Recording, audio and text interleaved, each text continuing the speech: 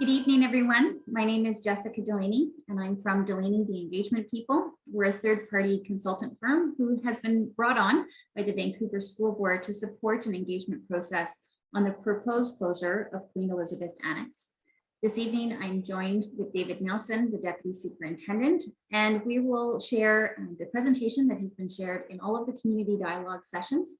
Important to note that this presentation has been available on the website since the beginning of the dialogue sessions, but in the interest of transparency, we wanted to share the information that David has been sharing throughout our sessions.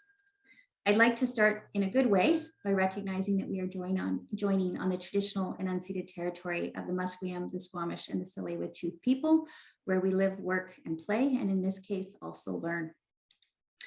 For this evening, we wanted to share with you really the essence of what is being considered by the board.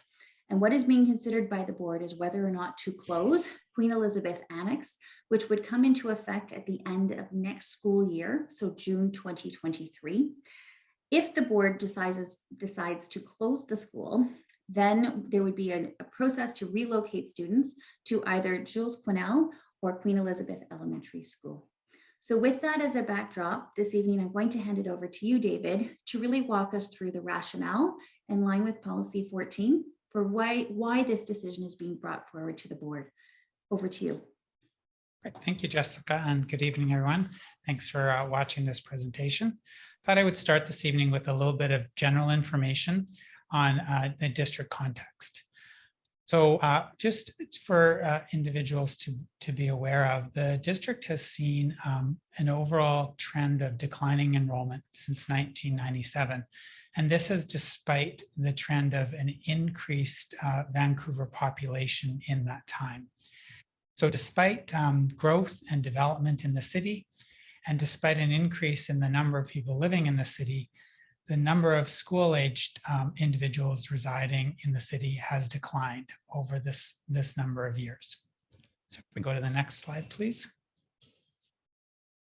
So now a little bit about Queen Elizabeth Annex. The image here is the same as from the last slide, and just for reference, the dots represent students enrolled at the Annex. And you can see in there the Queen Elizabeth Annex, Queen Elizabeth and Jules Quinnell, and the outline of the catchment area for Queen Elizabeth Elementary School. So Queen Elizabeth Annex and Jules Quinnell together form one French immersion program.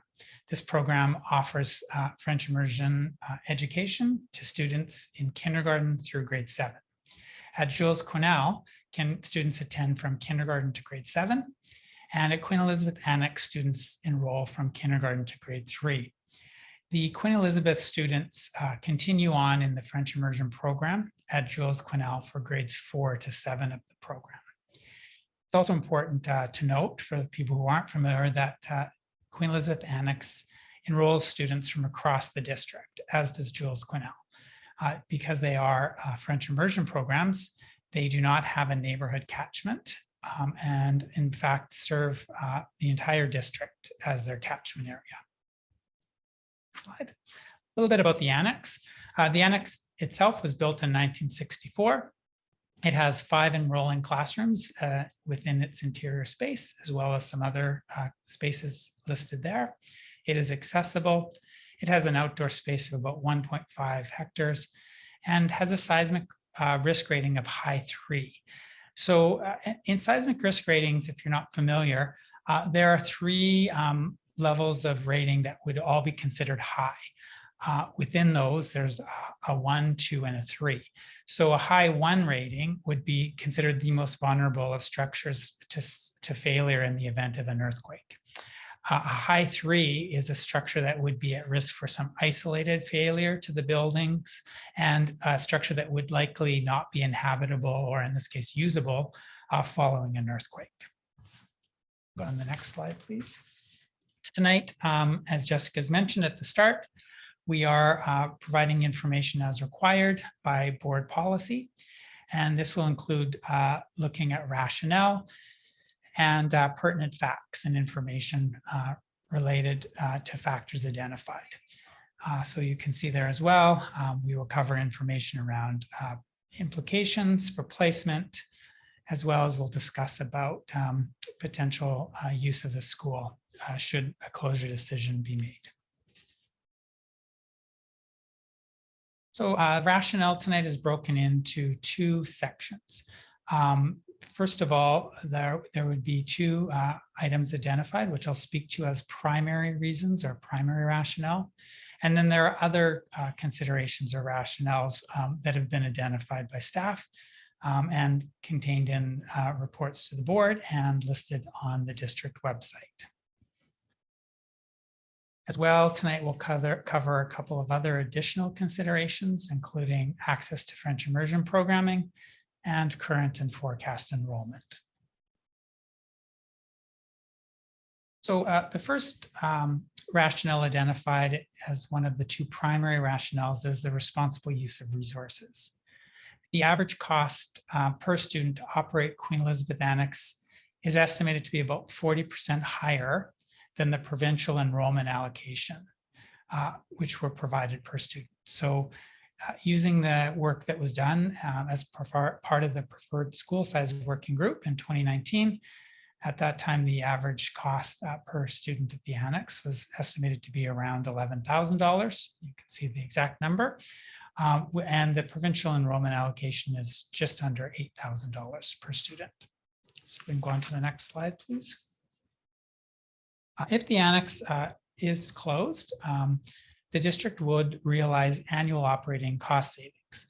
These would be of approximately $150,000 per year if the students are relocated to Queen Elizabeth Elementary, and approximately $300,000 per year if students are relocated to Jules Quinnell. And these annual operating savings can be reallocated to support programs and services for VSB students from across the district. So the BC funding model, the way schools are funded, is based almost entirely on the number of students, or an allocation based on the number of students to districts.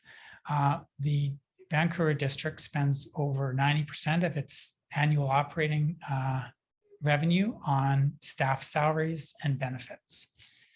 So the closure of Queen Elizabeth Annex would facilitate the more efficient and effective use of staff and therefore achieve cost savings. I do want to note, and there's a note at the bottom, that because the individuals who work at the annex are employed by the district, which has many sites, if the annex were to close, no staff would lose their employment. Rather, because we have ongoing vacancies and retirements and resignations, staff would post into or be assigned into other positions in other schools or sites in the district. So the second rationale in the two primary rationales is to prioritize student learning. So in 2018, the district undertook a French program review and a preferred school size working group process was also undertaken. And both of these processes support the proposed relocation of the Queen Elizabeth Annex program to either Jules Quinnell or Queen Elizabeth Annex. Both of these initiatives were multi-stakeholder engagement processes, and they involved directly district educational partners, including DPAC and parent reps of DPAC, teachers, and school administrators. So now I'd like to talk a little bit about the educational benefits for each of the two sites identified as possible possible locations for the program at Queen Elizabeth Annex, should the annex be closed. So first, before I speak about Jules Quinnell, just a little bit about the building. It is a 3-story building, opened in 1926. It underwent a seismic upgrade in 2011. And it has, which is important, I know, in this conversation, an interior space which includes 18 classrooms that were designed and intended to enroll students. It also has a number of other spaces. It is an accessible building. It has an outdoor space of approximately 1.16 hectares and it adjoins onto the larger Byng secondary site. And Jules Quinnell has a seismic risk rating of low. And I know sometimes people wonder why a seismic upgraded building has a risk rating at all. It's because all structures have some level of risk rating in the event of an earthquake, and the lowest level of rating is a low rating. And this indicates a structure that is would be the least vulnerable in the event of an earthquake. So in terms of looking at educational benefits in the relocation of Queen Elizabeth Annex to Jules Quinnell, staff have identified a number, including in those is the fact that this relocation would provide a more robust French immersion and cultural experience for students. It would provide opportunities for a seamless learning experience, as students would no longer need to transition between the annex and Jules Quinnell for grade 4. They could enroll and continue for kindergarten through grade 7. It would provide students with access to increased administrator support and district staff support, provide for enhanced opportunities for teacher collaboration, and really provide opportunities for students to work cross-grade in terms of supporting each other and collaborating. There would, in addition, be opportunities for participation in cultural events and in performances as part of a larger school, and really provide students with increased access to learning resources. So next, I'd like to speak a little bit about Queen Elizabeth Elementary. This school is a one-story building, originally built in 1940, with additions in 1957 and 67. Like Jules Quinnell, it has 18 interior classroom spaces designed to enroll classrooms, as well as a number of other spaces, which people can see on the slide. It is, like the other schools, accessible. It has a large outdoor play space of 6.6 hectares, which is adjacent to Pacific Spirit Park.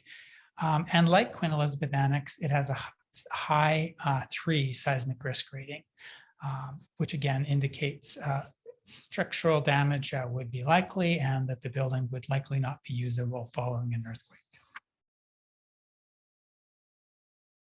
So staff have also identified a number of educational learning benefits to relocating Queen Elizabeth Annex students to Queen Elizabeth.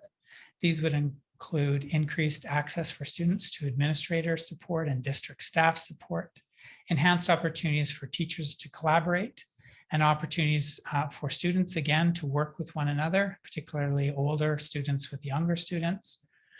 The proximity of Queen Elizabeth to Jules Quinnell would provide easy access to the students in the French immersion program for collaboration and access to cultural events, performances, and activities taking place at Jules Quinnell. As well, it would provide students with increased access to learning resources through this transition. It's also important, I think, to mention that the outdoor play space and adjacency to Pacific Spirit Park would be educational benefits to the students.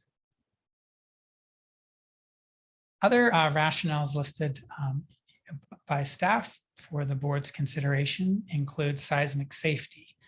So relocating Queen Elizabeth Annex students, I think, is probably fairly obvious, and relocating them to Jules Quinnell would optimize the use of a seismically safe building and provide these students with the opportunity to be enrolled in a school which has been seismically upgraded. Moving the students from Queen Elizabeth Annex to Queen Elizabeth Main would see the students staying in a school with the same seismic risk rating. So there would be no increased risk in this move. Also, the relocation and combination of the students at one site would increase the number of students at Queen Elizabeth, and therefore may improve the district's business case to the Ministry of Education as the funder for a future seismic upgrade of Queen Elizabeth. Relocating to either JQ or Queen Elizabeth would be a more effective use of district resources and facilities, as annual operating and maintenance costs to operate the annex would be eliminated. So another rationale identified as potential revenue. So the CSF, which is a public French school board, French language school board, has expressed an interest in acquiring the Queen Elizabeth site to offer French language programming to Vancouver residents. So any sale or lease of the Queen Elizabeth site, if the board did decide to close it, has the potential to generate substantial capital revenue for the district. So capital revenue is a little bit different than operating revenue.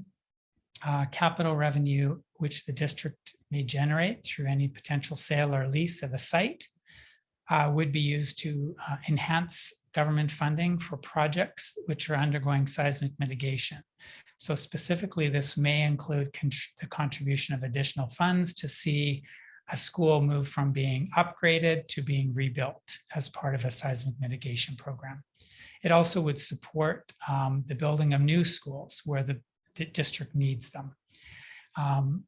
As the funder, the ministry can ask districts to contribute up to 50% of the cost of a new school project. And so this would provide the district with revenue to be able to contribute funds towards such buildings if asked. It also could be used to support adding additions to current schools to support enrollment where needed, or to fund improvements to school facilities in general.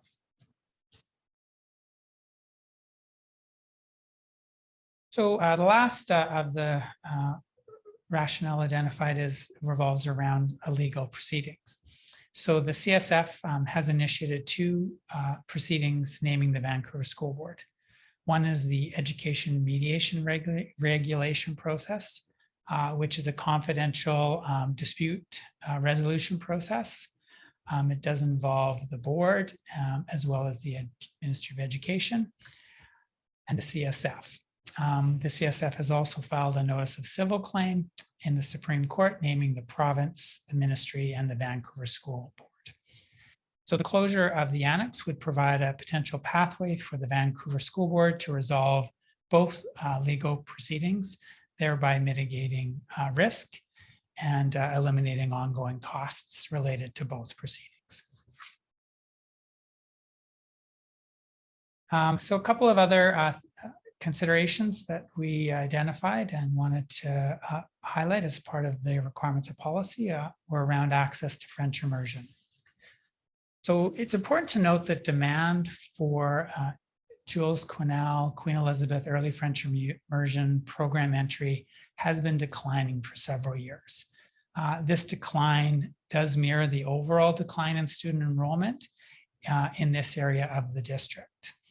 And the district really looks at program demand by looking at, for French immersion programs, the number of first choice applicants for kindergarten. Kindergarten is the main point of entry to these programs, given they are immersion language programs. And so this gives us an indication of demand by measuring changes to first choice applications received. So you can see on this chart that we're showing the number of applicants to the Jules Quinnell Queen Elizabeth Annex program.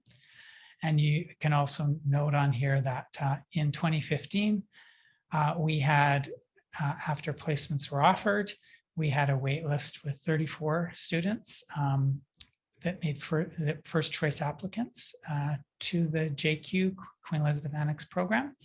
And for entry into the program for September of 2022, that has declined to zero. So we have been able to accommodate all first choice applicants entering kindergarten in 2022. So French immersion is a district choice program, and students apply and attend from across the district. If the annex is closed, access to French immersion programming will be fully maintained in the district and on this side on this west side of Vancouver. So the JQ Queen Elizabeth Annex program currently enrolls 3 kindergarten classes each year. If the program is moved to Queen Elizabeth, the program would continue to intake 3 kindergarten classes a year, 2 classes into the building at Jules Quinnell and 1 into the Queen Elizabeth building. Relocating students to Jules Quinnell would mean that in some years, the program would enroll 2 kindergarten classes, and in some years, it would enroll 3 classes. So in years where the program at JQ enrolled 2 kindergarten classes, the district would enroll an additional kindergarten class at Trafalgar Elementary. And I also do want to note that students admitted to Trafalgar would be applying to Trafalgar. That would be done to maintain the overall enrollment and access to space. And students entering the Trafalgar program would continue in that program through to the end of grade 7. Just looking a little bit at current and forecast enrollment. If the annex is closed, students would be relocated as a group to either Jules Quinnell or Queen Elizabeth. There is a typo in there. All students enrolled at Queen Elizabeth Annex can be accommodated at either Jules Quinnell or Queen Elizabeth.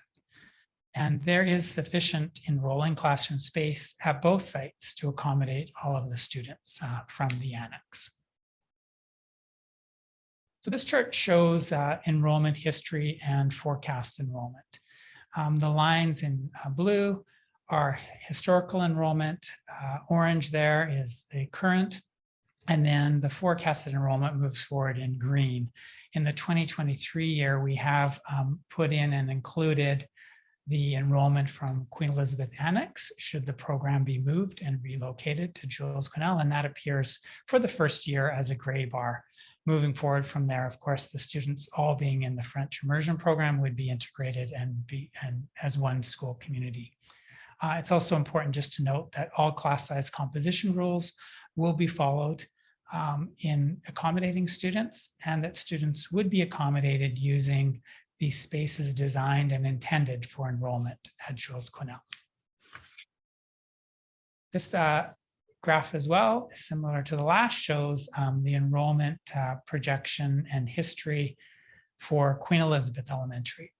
We've shown the enrollment starting in 2023 at Queen Elizabeth with both the Queen Elizabeth Annex students shown in gray and the Queen Elizabeth students shown in green. We have kept them separate on this chart because it's important to note that if the program were relocated to Queen Elizabeth, the 2 programs would share a space, but would continue to need to be organized into classes differently, as the Queen Elizabeth program is an English language program, and the Queen Elizabeth Annex program is a French language program. Students would attend Queen Elizabeth for grades K to 3, and then would move on to Jules Quinnell for grades 4 to 7, as they currently do from the annex. As well, sorry, I know Jessica moved on, that's fine, but as well on that map, just important to note that we would be following class size composition rules and only using enrolling classroom spaces. Next slide is really looking at space. So assessing space at nearby schools really becomes most relevant when the district is considering the potential closure of a catchment school or a neighborhood school. As noted earlier, the annex is a school that serves the entire district. It does not have a local catchment, and as such, its catchment is the entire district. So based on declining enrollment in the QEA area, staff have looked at and do not foresee any impacts to surrounding schools should the annex be closed.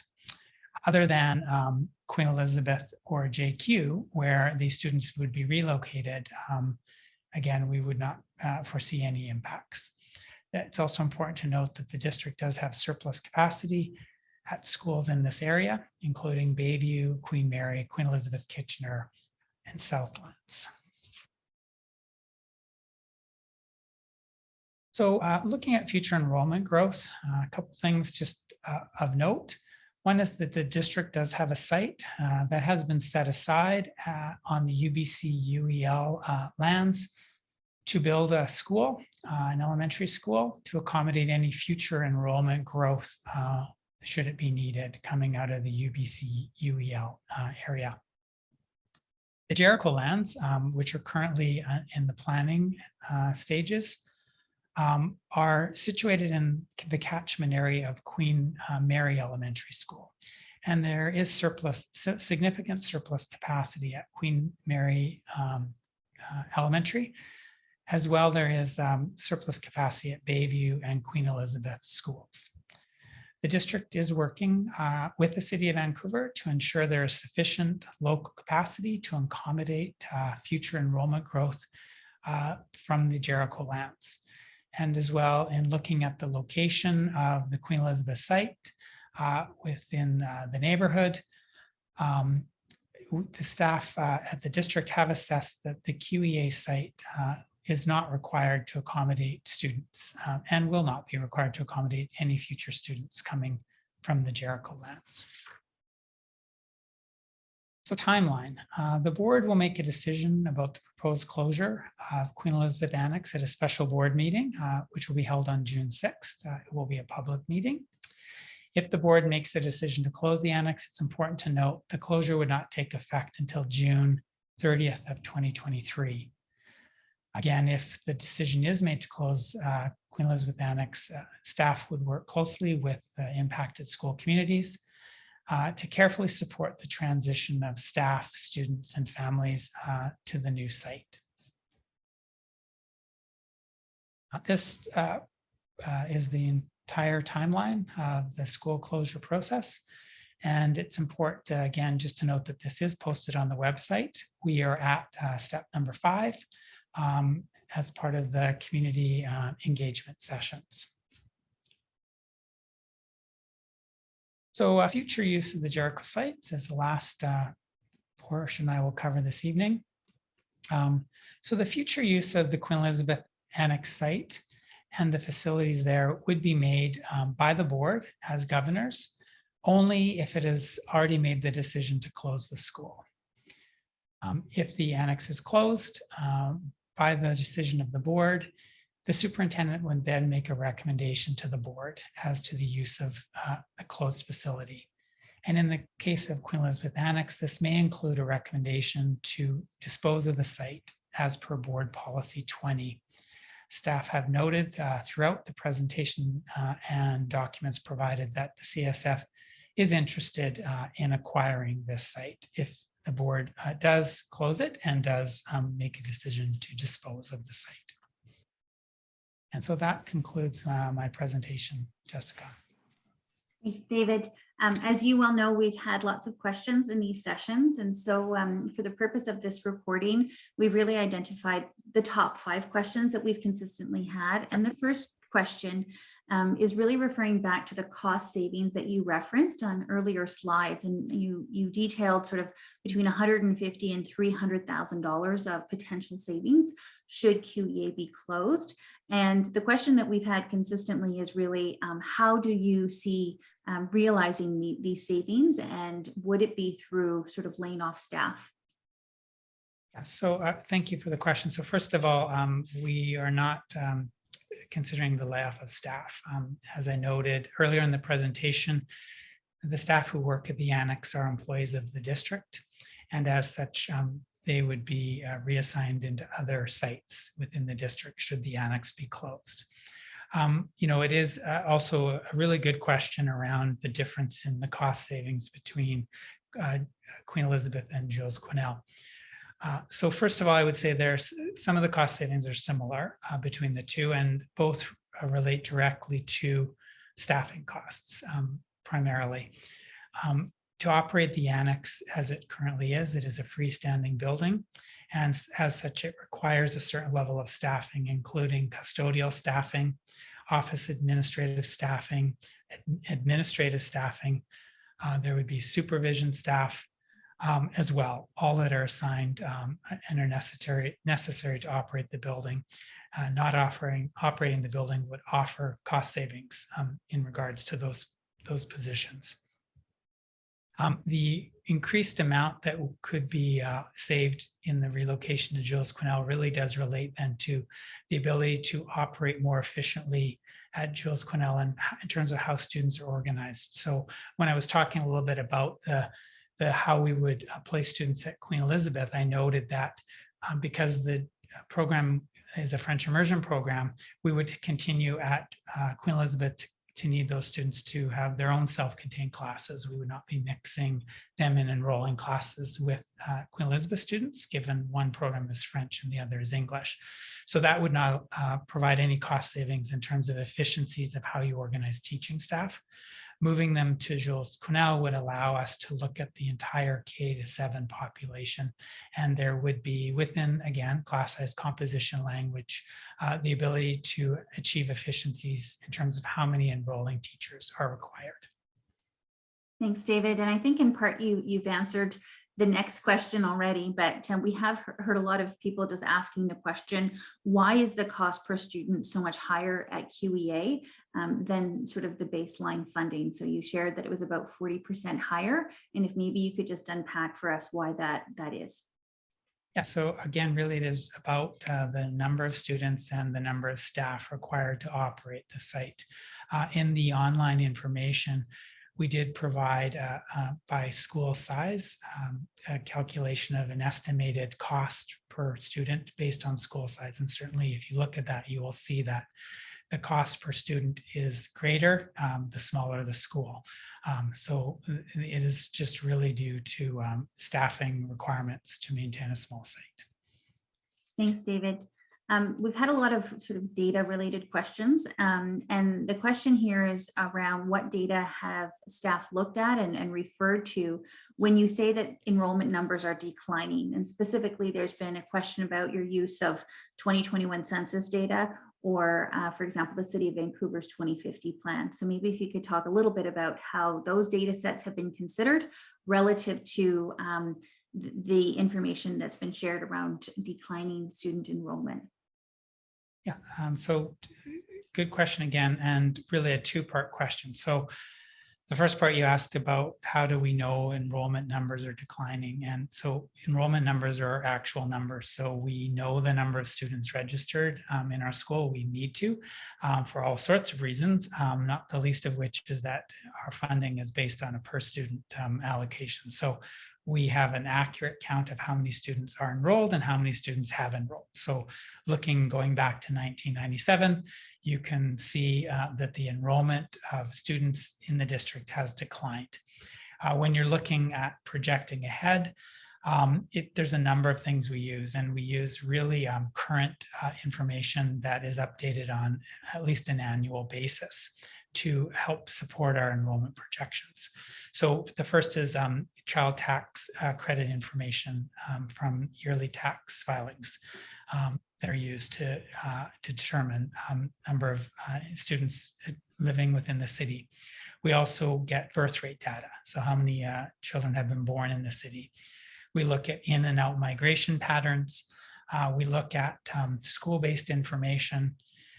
We take information from the city that's shared between city planning and district planning staff. And then, of course, we use all of that information as any modeling would do to develop a projection trend, where you look at patterns, and based on patterns, you project a trend. The benefit, I think, for our projection trend modeling over census data is that ours is done, it's much more agile, it's done more frequently. And so any errors in a projection trend can be corrected on an annual basis, as opposed to, a census information, which then is a number of years before, if you project it incorrectly, your projection trend can be corrected. Thanks, David. There's been some questions around the receiving schools and what the potential impacts of receiving QEA students might be on them. So really the question is around sort of what consideration have been given to factors like increased traffic at either of the school sites, and particularly for Jules Quinnell, questions around outdoor amenity space and play space. Yeah, so first, I guess in relation to traffic, traffic is not an issue that is uncommon to schools. We have traffic issues around a number of schools. So if the program is relocated to either site, we would, as we do, work closely with the school communities. We have contacts, and we work with the city around addressing traffic concerns, which could include a number of mitigating measures that could be put in place. So those things would be done if the school were to move to either site. Sorry, Jessica, you had a second question. Can you remind me the second part? I think it was really just around the impacts as relates to play space and outdoor space. Oh, thank you. Yeah, so again, have attended the site and had the opportunity to walk around with the principal to look at how the play space is used. There are a number of play spaces at the school. The school has worked really well with Bing to have the large grass field, which is in the Bing site, dedicated for use for intermediate students for play, and other spaces such as the playground and some paved playment spaces are used for the primary students. So certainly, we have assessed that there is adequate space for play for students. We do acknowledge we may need to have a look at supervision staffing if we're increasing numbers, and certainly we would do that along with the principal at Jules Cornell. So two last questions for you, David. The first is really around sort of the seismic information that you shared. And a question that we have received is, why would you propose moving students from one school that has a high seismic rating to another school that also has a high seismic rating? And so how would parents sort of assess which of the two are the better options?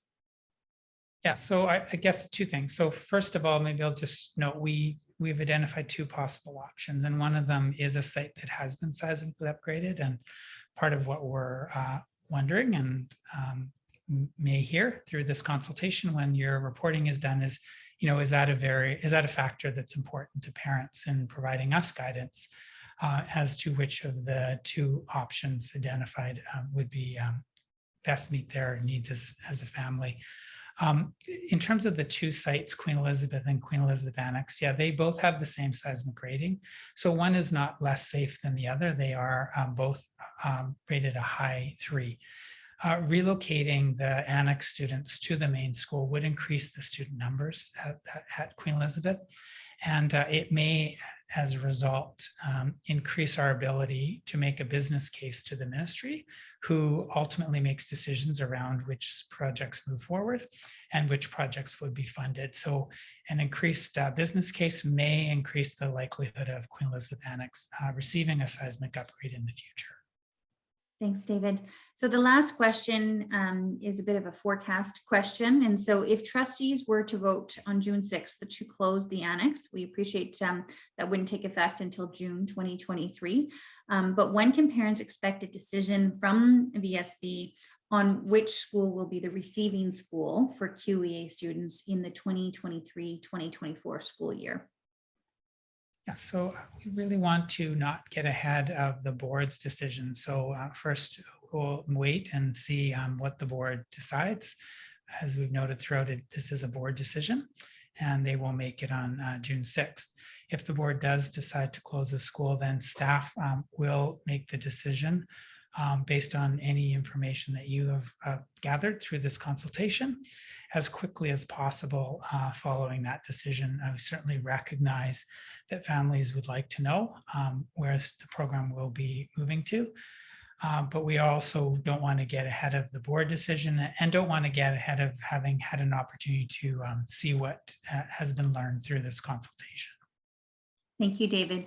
So again, wanted to thank folks for watching, and we will be reporting out on what we hear through this consultation process, and the report will be publicly available on May 27th in advance of a series of meetings where the public can ask questions about the report before ultimately the decision is made by the Board of Trustees on June 6th. So I want to thank everyone for taking the time to take a watch of this video and to stay tuned for decisions after June 6th. All the best.